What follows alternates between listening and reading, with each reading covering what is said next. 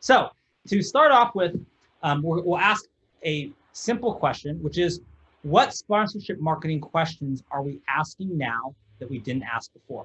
Certainly there are some questions centered around COVID, but I want to take a little bit of broader context and talk about the questions we're asking really in the past year or two that we weren't asking 5 or 7 or 10 years ago. And the first question is, the old way, we would sort of ask, how can we get more brand exposure, right? We're sponsoring something, we want as much exposure as we can get. Ultimately, the old way of thinking is that's what we're paying for.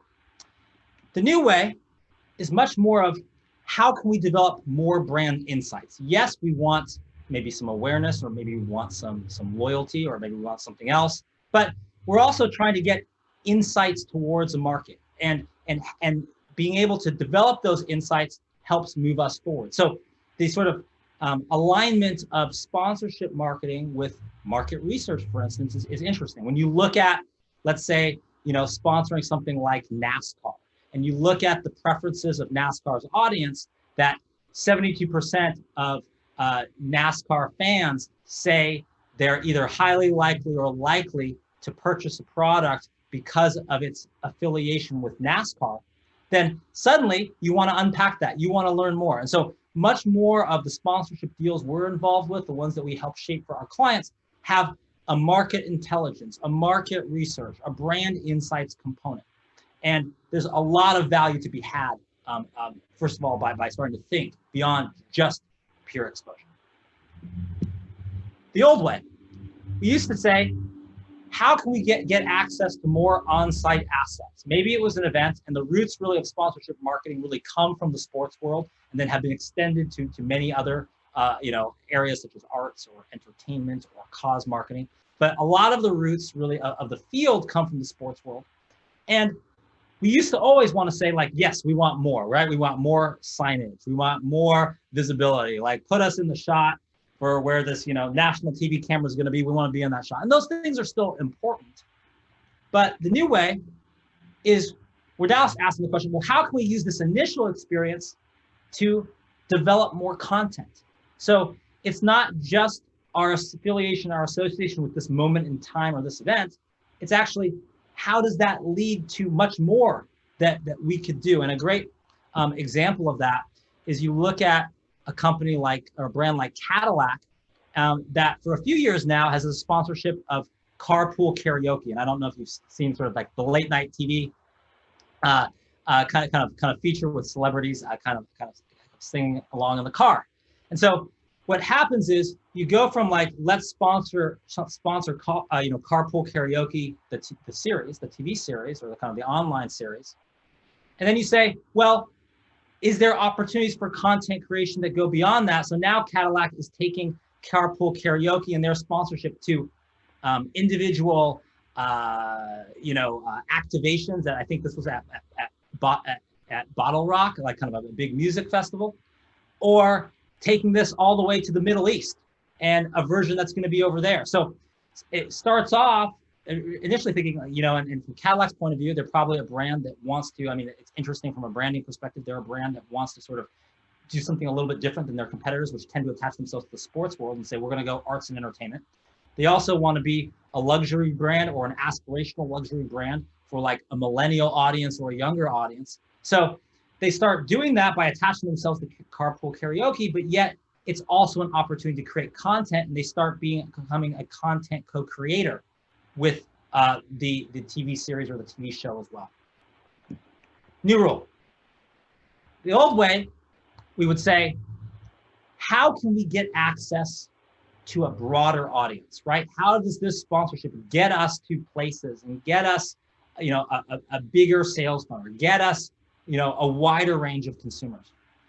But I think the new way is much more of, how can we build deeper relationships with niche groups? One of the things was really a trend is using sponsorship as a quick way to establish yourself with a niche market, right? So an example of that is NASCAR, right? To go back to the example, like a very loyal audience, very loyal group, and can we reach a niche audience that has a certain perspective and get exposure with them. It's a very fast way to do it.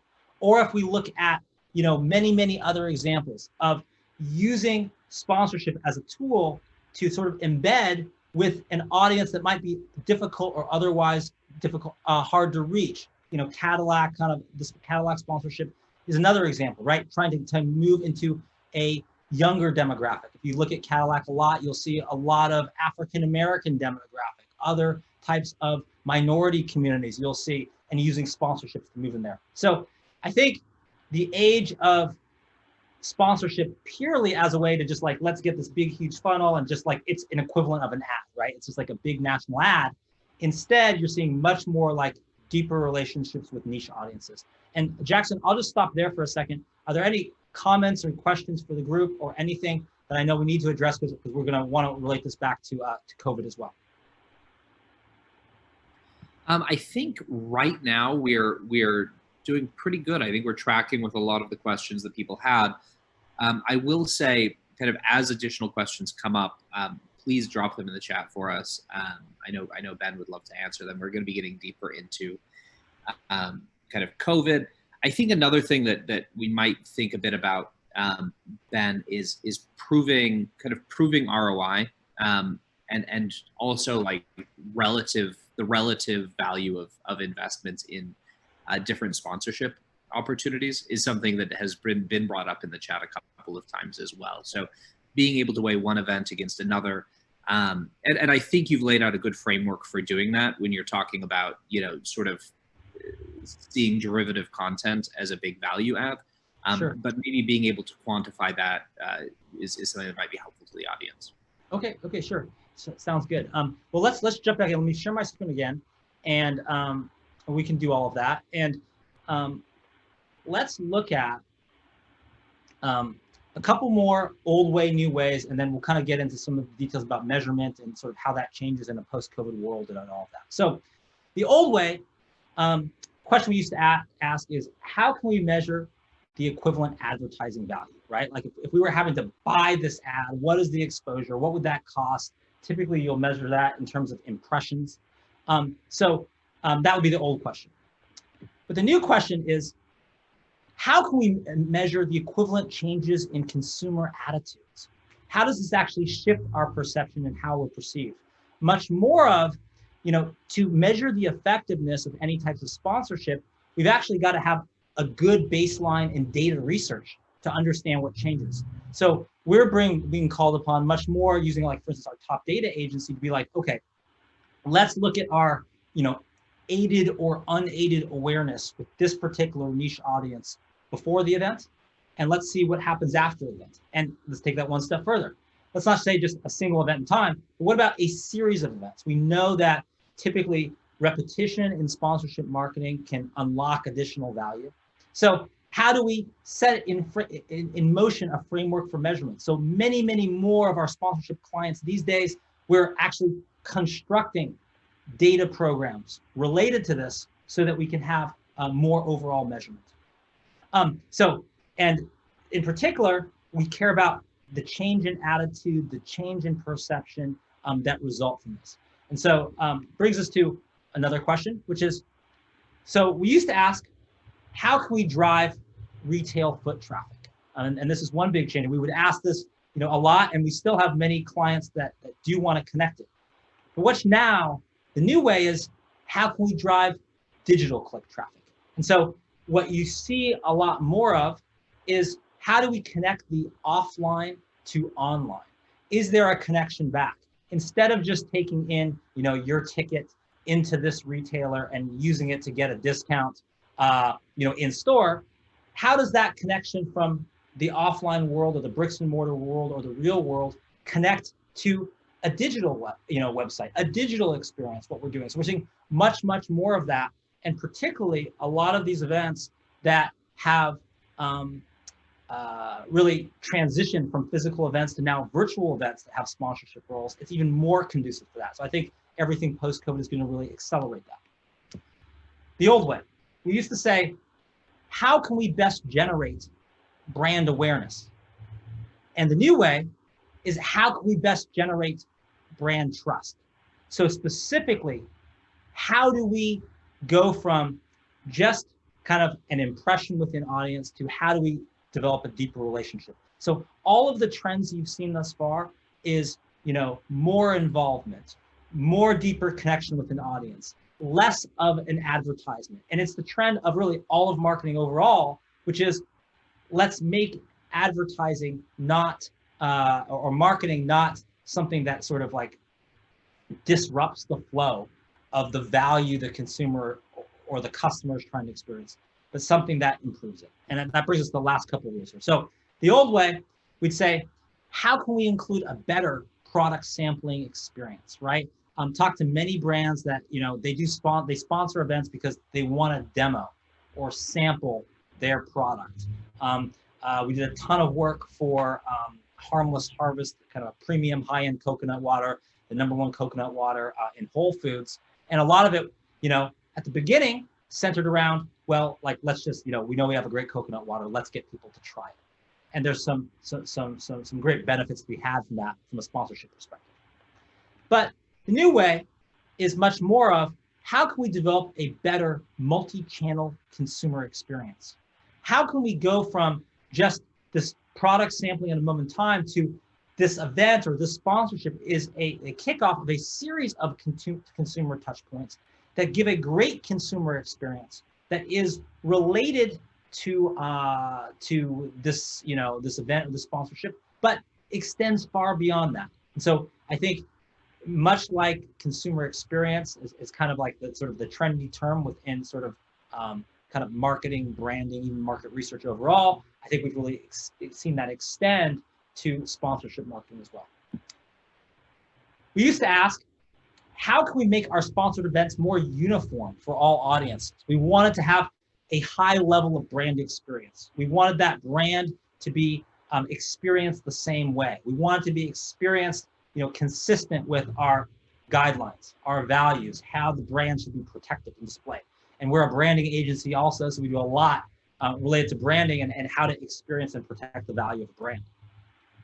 But the new way is actually, how can we make our sponsored events personalized for each attendee? How does someone actually experience the brand differently based on their own unique characteristics? And that's why much more so now, and in particular if you're listening and you're a license holder or you're an event owner or you're an event producer, much more opportunity now and many more brands interested in, like, can we have access to specific data from participants or consumers in the event, and by doing that in more of a real-time fashion, can we actually personalize what we deliver and the experience we deliver to those consumers based on that that data that we can understand. So personalization, I think you're going to see that over the next 5 or 10 years.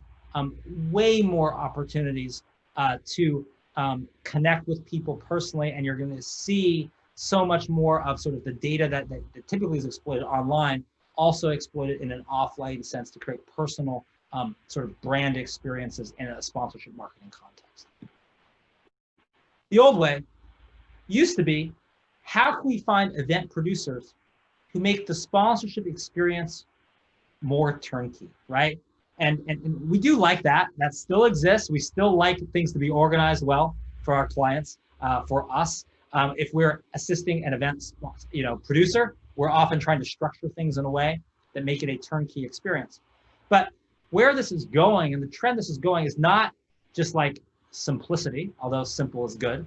It's actually going, the new way is, how can we find event producers who want to co-create cool content with us?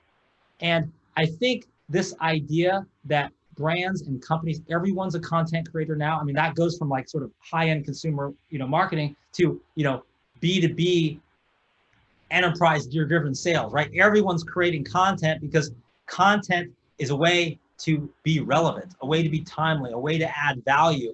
And in all the noise we're in, all of us suddenly are content publishers.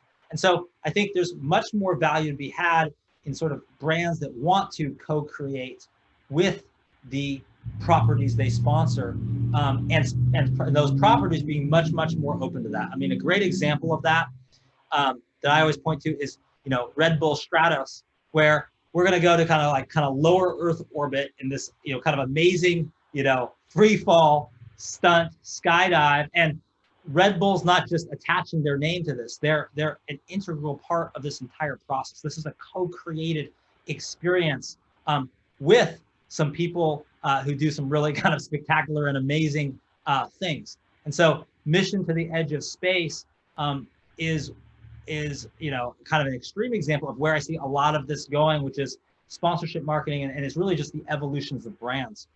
And sponsorship marketing continue to reflect that. And brands at its core, the question is, why do we have brands? Well, brands at the beginning were meant to be a way of understanding what a product was or what was inside it, or having a sense of value from it, right? You knew that if Coca-Cola was attached to some kind of drink, that you knew what to expect. You knew it would be a certain way. You knew it would have a certain profile. You knew it could count on it. So really, brands at the beginning, the whole purpose of brands was to give you the clue, a shortcut to understanding what a product was. But then now, if we look at branding, it's not just that shortcut or insight into a product. Brands are embodiments of your values. Brands are embodiments of how consumers or customers look at the world. Brands are something that you align with because it mirrors your belief system. And so as a result, I think where we see this going with sponsored marketing is co-creation opportunities where the true value of a brand can shine. And the way it can shine is by helping create amazing experiences that would otherwise not be. And so I think that's a major, major trend that we'll see. So one of the core things that we now know is that with all of these old way and new way, what are the new rules that govern sponsorship marketing as we know it? So I'll just kind of pause there. Jackson, if there's any more questions, we can answer them. But now we're going to kind of go over 6 rules that I think is kind of the sort of future direction of how to sort of operate in sponsorship marketing in the new world order. Yeah, one question coming in from Robert, and Robert, you'll have to let me know if I'm interpreting this question right. But he's wondering about the relative value of the folks that your brand is connecting with at a given sponsorship, right? Like, it might be that in one case you connect with 100 people, and in another case you connect with 1,000, but maybe those 100 people are really high value. And I think if I'm understanding this question right, like the question is, how do you determine the relative value of the people that you're connecting with through a sponsorship? Right, and I think it's a great question. Thanks, Robert. I think there's a few ways that you kind of deploy measurement as a tool in understanding the sort of value you create. I think, and there's a few ways to do it. So, on one hand, you can understand, sort of value by kind of a sales lens. And a sales lens says, what is the kind of lifetime value of this customer? How does this customer compare? And, to use your example, if you had 100 potential customers you could reach that had a very high lifetime value versus, a whole bunch more customers with a lower lifetime value, and you are in the value maximization business, you might choose the smaller audience with higher value because it actually maximizes your value overall. So in one sense, we have customers or clients that are, very kind of sales focused, where they're going to look at lifetime value. They're going to assess the potential value that would be created. However, that's kind of one way to look at it, very sales driven type measure. A second way to look at it is the value of the connection with the audience, which goes far beyond sales.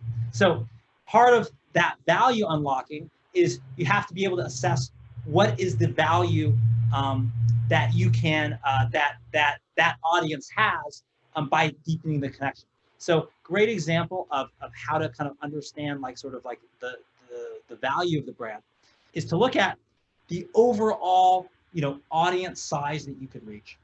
If you have a particular market penetration within that audience size, and from this singular event or the singular sponsorship, can we measure the change in that potential penetration or awareness with the audience? So this is much more of a growth marketer's approach, which is to say, if we can assume that the audience is 100%, we're going to capture 1% market share. That 1% market share has a certain value, and what is this ultimate value to us? So that would be less of a sales point of view and more of a kind of marketing point of view. So the point is that whatever your sort of scheme is, you need to have a before and after at every event, and that helps you kind of, one of your primary objectives from the event is to figure out if you've added to value, how much you've added, and whether you will continue to pursue this sponsorship in the future. So let me move on to kind of the new rules that govern sponsorship marketing as we know it. And I'm going to give you 6 new rules, and then we can talk about this in the context of COVID as well. So rule number 1, expand the window of opportunity. So what this really means is that I think in the current climate that we're in, we want to look at how do we unlock value from sponsorship, sort of pre the event or pre the moment, during the moment, and after the moment. And how do we extend that value? Because there's so much uncertainty right now about, will this event take place? What will be the nature of it? Will it change the experience that we're attaching our brand to if it's suddenly different and we got to all stand 6 feet apart? What will happen to it? I think both for license holders, event producers, as well as the brand side, there needs to be opportunity to expand the value period that a brand can experience value. And that's one of the best ways that you can protect against unforeseen events, unforeseen changes. So I think both sides of that negotiation, of that deal, need to be open to how do we look at before and after the event? Where are there additional touch points with the consumer? Where is there additional value to be had? How can we incorporate brands into things that happen, if maybe it's an offline event, but it's a digital experience that continues afterward? What are the touch points that we have with that audience, and how do we connect them better? So I think that's one of the best ways, by expanding the window of opportunity that you can deliver value, that both event kind of or license holders can capture more value and impart more value and become more valuable, but also brands can continue to look and experience more potential connection and trust building opportunities with their target audience. So that's new rule number 1. And I think what you're going to see moving forward is lots of more opportunities pre-event and post-event rather than just at the event itself. New rule number 2, enhance rather than interrupt the audience experience. Really, this parallels where advertising is going overall, right? We look at trends, whether that's native advertising or advertising within the content feed or experiential sort of marketing and advertising through experiences. So one of the biggest, I think, new ways of reframing is not that we want to take consumers or our audience out of their experience, but if they're in that experience, part of the value is amplifying it, becoming more a part of it. So much less of the sort of like, yeah, we're going to like, here's our big advertising moment. We're going to like, you're just going to kind of put up with us because you have to, because we're paying the dollars. And more like, how do we actually become a part of the experience and enhance it? How do we actually support that fanatical audience or fanatical fan base and help them get more out of it than just attaching ourselves in a way that sort of interrupts that they've kind of put up with? So that's new rule number 2. New rule number 3, collect a variety of mixed mode data. So this is where I see sponsorship marketing and market research really coming together, as we've talked about. And that's because sponsorship marketing traditionally is hard to value or measure the impact. We know it's valuable. We know that brands have certain partnerships that like totally revitalized the brand, right? Certain sponsorships have totally shifted a brand's perception and value. But we need to start looking at a broader range of tools to understand what that impact is. So here are a few. One, we'll look at survey data, both before and after. That's a little bit more traditional, like brand lift or brand consideration. What is unaided or aided brand awareness? That's one tool. Second tool is focus groups or panel discussions. Can we actually talk and do deeper dives and understand the audience and understand how they experience our brand in the context of the sponsorship and what we could do more? That's number 2. Number 3, social listening. So what is the impact on this? We know, actually the recent stat I saw is that 98% of brands that sponsor an event have some type of social media component. And of that, Facebook is by far and away the most popular. So if we know that virtually all sponsorship marketing is related in some way to at least minimal social involvement, can we do the social listening around this? Can we study the social media conversation? What is the share of voice? How do we enter that share of voice from our sponsorship? That's number 3. Number 4, mass media listening. So if we look at broadcast, online, print media, non-traditional media, podcasts, blogs, other influencers, what is that footprint as well? So the point I'm trying to make is much as the parallel in market research, where we've gone to a much more mixed mode system, meaning multiple types of data that we're culling together and mashing up to make something more valuable. Same is true in sponsorship marketing and having a really robust data collection plan.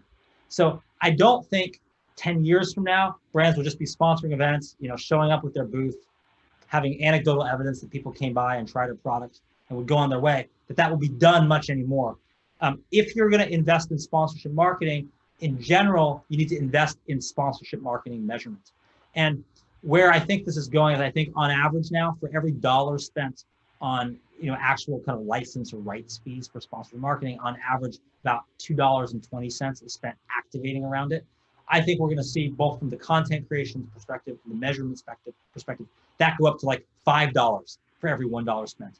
And the reason is, so much of the value to be unlocked goes by everything else you put around the core sponsorship itself.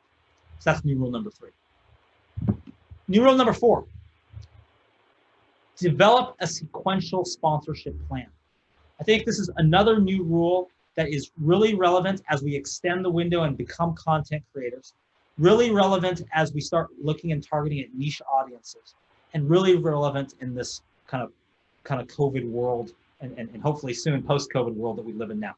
So what that means is that the true value of sponsorship often is not unlocked in one iteration. As we've started to target niche audiences more than broad audiences, what that has meant is that we actually need to develop that trust, develop that relation that happens over repeat interactions over time. So I think you're going to see much more of, how do we have a sponsorship marketing plan that is like, this is what year 1 looks like, this is what year 2 looks like, this is what year 3 looks like, and it's built out in advance. And how does that deepen the relationship with our audience? How do our metrics change over time? What kind of metrics do we expect to have over time? How do we develop a sequential plan? And the reason I think that's really relevant in sort of the COVID world is I think all kinds of events can happen now that can disrupt that plan, maybe in the current year. And so if that's disrupted and we're investing in this and we're in it for the long haul because we know that there's more value to be unlocked in a midterm or long-term sense, how do we start to have a plan for how that happens? So I think where the companies who are doing sponsorship marketing that have been disrupted a lot, the ones that are pulling out of events a lot, are the ones that didn't have a deeper understanding of what they were trying to accomplish by sort of reaching an audience or reaching a group, and what was their multi-year plan to get there. From purely a point of view of having short-term benefit, then those kind of companies are like, let's pull back, let's pull out, too much uncertainty around COVID. But the kind of companies that were understanding what was the long-term value they're unlocking, was understanding the value that had to their brand or that company. In many ways, those kind of companies, and some of those companies are our clients, we weren't pulling out of events. We were actually just working with people about events, being more flexible, continuing the relationship, but doing it maybe in a little bit of a different way. And I think from the point of view of people who are trying to get more sponsors, showing that flexibility, showing a multi-year approach, allowing people a chance to sort of get their toe wet and then kind of wade deeper into the water is really, really important for sort of unlocking value as well. So develop a sequential sponsorship plan. I think we're going to see us getting less out of the sort of annual planning approach where we just kind of go year to year, and taking more of a multi-year approach that shows us some leading indicators to make sure we're on track to realize the kind of value we want to realize in year 3 or year 4 or year 5. So there's some short things we can measure now to make sure we're progressing in the right way. New rule number 5, align on credible pre-event benchmarks. So one of the best things you can do if you want to have sort of a robust sponsorship marketing plan and you want to have a portfolio of properties that you unlock value from is to make sure for each one that you have pre-event metrics and benchmarks and measurements so you can know how you're doing. Sponsorship marketing at its worst has practically no value, right? You attach your name to something, people don't really experience anything from that name or that brand, and you kind of go on your way. Sponsorship marketing at its best can totally change the fortunes of companies, can totally give you access to a new market you might otherwise have in a way that becomes your most loyal, your most fanatical, your best audience. It can be a fantastic shortcut for marketing in reaching those audiences. But to know the difference between no value and just made the fortunes of your company, those measurements, metrics, and benchmarks is what allows us to tell the difference. So going into every event or every sponsorship, there needs to be some kind of benchmark taking place, some kind of measurement to know if you're successful, and you'll unlock much, much more value from that. Jackson, I've got one more new rule here, but I know I just kind of ran through 5 in a row pretty fast. I'll just sort of stop there and sort of ask, are we getting some of the COVID questions answered, some of the what's kind of changing now questions answered? I'm trying to touch upon those, but are there others, kind of the pre-conversation, Jackson, that we haven't touched upon?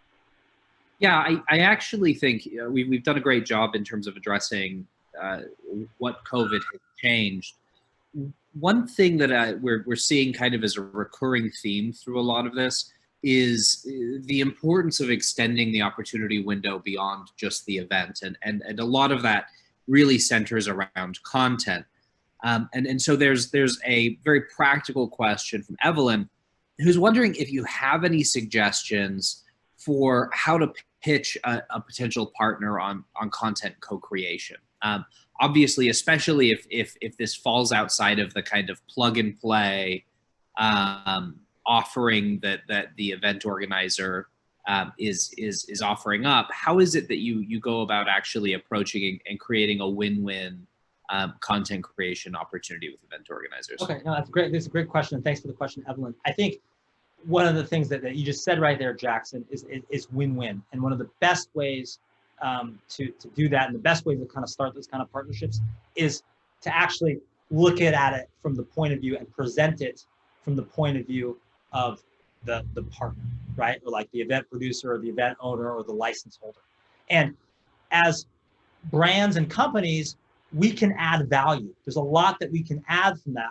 But I think the way to start off the conversation is to look at it from their point of view and look at how can we sort of help them and what are they trying to do, right? Are they trying to, increase their audience size? They would love to do that. Are they trying to,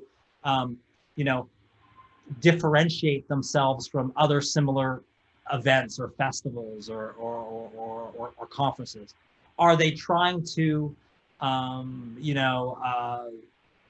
find their really kind of loyal fans and audiences? So I think one of the things and one of the ways it starts off with is just like, 1, being observant of your partner, or 2, asking them questions and trying to understand from their point of view, what are they trying to accomplish?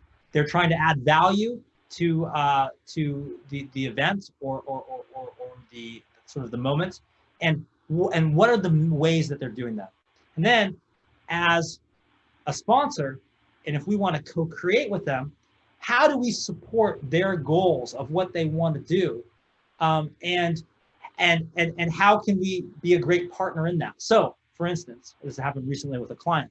If the goal of the event or the partner is that they want to sort of take in this COVID world, they want to have more touch points that are digital, right? That are like not physical dependent. It's like very common for us right now to see physical events that want to become more digital. So if we're going to approach them with an opportunity, and we want to approach them with an opportunity that's really like a trade in value. We're not looking to pay a bunch more money to be able to do this, but we want to find a way to work together. Then how can we find things that kind of support their desire to have more amazing digital experiences, and maybe there's some ways that we can add to those experiences they can't do on their own. But then at the same time, it unlocks value for us as well. So I think where it starts, the point of view is like understanding kind of what the partner wants, trying to frame opportunities that relate to what they want. And then 3, having baby steps too, right? Having ways to kind of try things and do things and sort of deepen the relationship and deepen the understanding. And that leads itself to year 2 and year 3. So maybe you don't have to ask for everything in year 1. But I think thinking from their point of view is really important. And then if you're listening and you are the partner, if you're the person that is getting the sponsors, I think being way more conducive and way more open to that is really good. One other kind of little tip I want to mention for how to unlock value is it's not just the event partner that you can unlock value with, but potentially cross promotions with other sponsors. So this is one more trend that I think we'll see kind of bubble up more. And it used to be, again, it's a little bit of an old way, new way. The old way was like, we want to protect our, kind of like our brand at this event, right? We want to make sure that that brand shines. We're competing with other sponsors for attention. So, we're not looking to partner with them. But I think there's many, many more now cross-promotional opportunities too. So it's not even just with the event partner. It's with other sponsors too, where there's opportunities to do things. I mean, a great example of that, one of our clients, 9 Lives Cat Food, we had brought them to South by Southwest and actually had 2 levels of cross-promotion partnerships where we're kind of bringing this cat to South by Southwest. One, we kind of partnered with Mashable, the online, kind of tech-focused website that already had a house at South by Southwest. We actually brought our cat to do photos and sign autographs at Mashable House. And 2, there was actually a separate activation there from MasterCard, and there was this whole like almost like pitch elevator. The idea was an elevator pitch. We actually talked with MasterCard, brought the cat to do an elevator pitch in the MasterCard elevator, and that generated buzz on all sorts of things because people were talking about the elevator pitch. People were talking about the cat that knows tech and startups is doing the pitch, and there was lots of cross promotion going on there as well. So I think 2 things. 1, start to work with partners and co-creating content with your sort of event partners. But 2, what are other sponsors that are involved and how can we unlock value by co-creating with them, particularly if they're those that maybe seem in different markets, but actually could be complementary. I think there's a lot more value to unlock there. And I've seen that happen at a ton of events where, ultimately like 2 brands decide to partner on something, work together, and you'll see way more brands jump in. We'll say, well, if they're doing it and they're doing it, okay, I want to do it too. And so there's potential to unlock audiences and unlock value by combining brands and cross promotions. I think you'll see, as an increasing trend moving forward. Brings us to new rule number 6, which is prioritize either purchase or passion. And I think going in the mindset by, are we trying to drive to a purchase as our goal? And I'll talk about the path to purchase in a second. Or are we trying to drive passion, loyalty, connection, and understanding which of those are primary? I've seen a few too many times where brands come in and they try to kind of do it all, or else, and it all kind of the messaging gets convoluted. So example of how we think about this is this is how, at our agencies, we kind of model the consumer decision journey, which is an affinity sign, where on the left-hand side, you see the path to purchase, where consumers go from being aware about a brand to having the brand in their consideration set to ultimately purchasing. Or on the other side, steps 4, 5, 6, they'll experience a brand. They'll have either repeat use of the brand or repeat interaction with the brand, and then loyalty will develop. And I think understanding if you're playing in the path to purchase or the path to passion, having measurements and metrics that allow you to unlock and understand the value you're creating, and being focused and laser focused on either of those 2 things allows you to unlock a lot more value from sponsorship marketing. So prioritize one or the other. There are some other potential journeys as well, but kind of understanding the journey you're on, understanding the touch points that allows you to unlock more value, to look for opportunities pre-event and post-event, allow you to look for more content co-creation opportunities when you understand what you're laddering towards. And I think, a great, another, kind of good example of that is if you understand what you're on, you might find other ways to unlock value from your existing sponsorship. A great example is a brand like UPS that had a long time kind of sponsorship and partnership for a lot of Live Nation events. UPS, as you might imagine, is coming on as the logistical partner, right? They're the official logistical sponsor of Live Nation concerts. But because they understood they were playing in the path to passion, as part of that sponsorship deal, it was also worked that they were the official sustainability partner of Live Nation. That sustainability and that kind of environmental message, which was important for UPS, needed to be a part of that. And they were looking for other opportunities to not just say, how can we ladder home and deepen that sustainability, environmental message as part of the passion that we were trying to unlock with a new group of consumers that were very cause and environmental and sustainability focused that we want to kind of bring into the UPS fold. So understanding where you are, understanding if you're playing on the path to purchase or the path to passion, understanding what your audiences are indeed passionate about or care about can help you unlock other opportunities and negotiate other kinds of sponsorship deals that you might not otherwise do. So Jackson, any final, I have my kind of one thing, my one thought of the day that I'm going to kind of end on, but any other kind of like final questions, because I know we're wrapping up with just like probably 3-4 minutes left. Yeah, one last question for you from Michaela, and then unfortunately I don't think we'll have time for any more questions, but Michaela wonders, when it comes to kind of benchmarking your competitors and seeing what they're doing, does it ever make sense to just go completely in the opposite direction? If they're really kind of owning one space, does it ever make sense to just do the total opposite? It's a great question, and actually, I think the Cadillac example I used earlier actually is a great example of that. So Cadillac is an example of a brand, for instance, where basically a lot of the rival car manufacturers all play in sports. If you look at kind of the marketing, the dollar spent, it's all sports marketing. Cadillac really cut all of their sports marketing, right? They used to kind of sponsor a bunch of golf tournaments, a bunch of golf events, and they said, no, we're going to cut all that back, and we're actually going to go into arts, entertainment. That's why you see things like carpool karaoke and others that they're sponsoring. I think that has a lot of potential value, especially for smaller players that are getting drowned out by larger players that are just spending more money. At a certain point, in crowded spaces, it can be difficult to separate yourself out. So really, for those kind of companies and brands, there's really two strategies we do.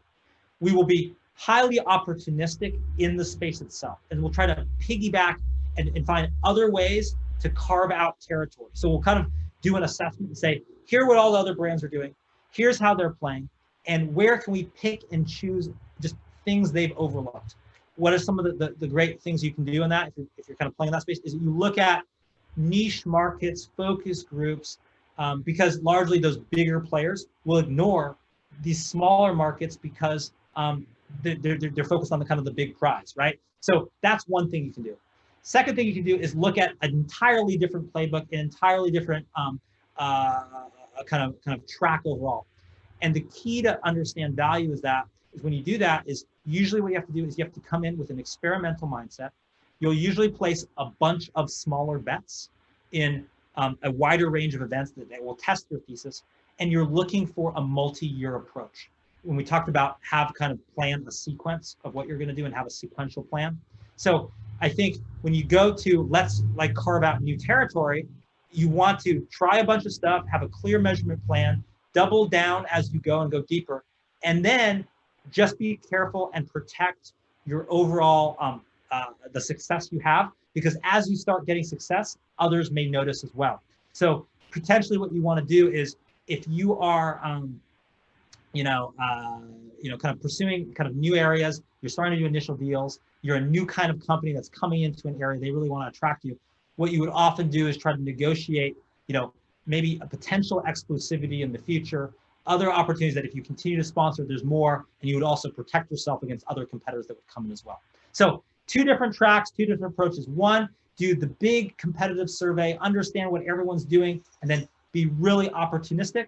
Or B, go with an entirely different track, but then you're going to want to test and try a lot of things. Usually you're not going to solve it in one season, but you can start making small bets and, like the name of our agency, test, optimize and perform and scale it. But keep in mind that the more success you have, the more attention you'll attract. And so you want to kind of lock up more exclusive opportunities before your competitors come in as well. So let me end on kind of the one thing sort of I'll say, and here's the what I always ask is tweet at me the one thing, whether it's this one thing or the one thing you remember that you had the most value. I'm at Benjamin Kaplan. Also, I have many different email addresses at many different agencies. This is one I check a lot. So if you want to just reach me and you got a question, or you want to talk about putting together a strategic plan for sponsorship, or if you're an event and want to attract more sponsors, or you want to evaluate a specific event or develop a measurement plan, ben.kaplan@prhacker.com. You can reach me there. That's one of our agencies, PR Hacker, one of the 12. And then finally, subscribe on YouTube. And Jackson, before I end with my final thought, if you haven't already, Jackson, if you don't mind posting the YouTube link, we do a new webinar every week. That's the best way to sort of understand what's the ongoing content. So subscribe on YouTube, Jackson, if you add the link there. And next week's webinar, I should say, is going to be on the new rules of integrated marketing. And specifically, we're going to look at when you have integrated marketing programs, right? Multiple channels, multiple tracks.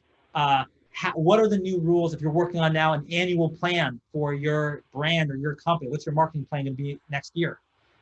What are the new considerations in creating a totally cohesive and unified plan that is measurable and that does ultimately deliver on value? So next week's going to be on the new rules of integrated marketing. And finally, before I end on my final thought, this is my LinkedIn address. I don't accept connections from everyone, but I do accept connections from everyone who attends my webinars. So you can either shoot the QR code right there, it'll take you to the page, or that's my LinkedIn address. Just send me a connection request and just say, attended a webinar, say it was the sponsorship one, and I will definitely accept, and we can continue the conversation on LinkedIn.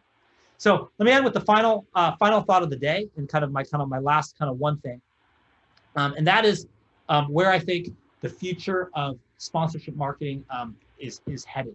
And I think sponsorship marketing is headed to be, I think, an increasingly an important part of our marketing mix. I think it's going to get more important.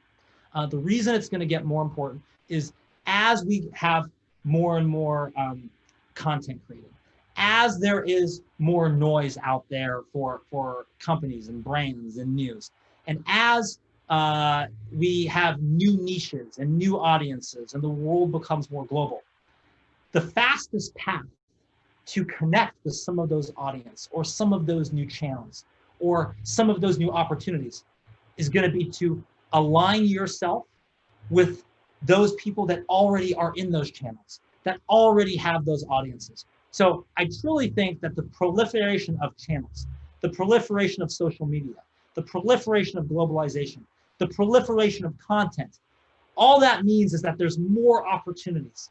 And there's more opportunities for brands to be relevant and timely and value-centered with their audience. And as those opportunities come up, your shortcut, your path, you can build all of that up yourself, or you can partner with those that can get you there faster. And that's why I think the future of sponsorship marketing is bright. That's why I think sponsorship marketing at its best is not just you can get impressions, awareness, or you can have like a really big billboard, a really big sign, or a really big ad. Sponsorship marketing at its best is creating shortcuts for brands into audiences and segments and channels that would otherwise take years to reach, and you can do that right now. And so that's why all of us who work in this field, I think, should be excited about this bright future. We've got some challenges now in this COVID world that sometimes makes it a little bit more difficult to unlock value and hold events, but the longer term prognosis is really bright, and we just need to kind of implement these new rules to capture that and move towards that bright future. So thank you all for coming. Thank you, Jackson, for hosting. I'm Ben Kaplan, the CEO of Top Global. Let us know if we can help, and I'll see you next week. The next week's presentation is going to be on Wednesday, and the topic is going to be the new rules of integrated marketing. Thank you, everyone. Take care.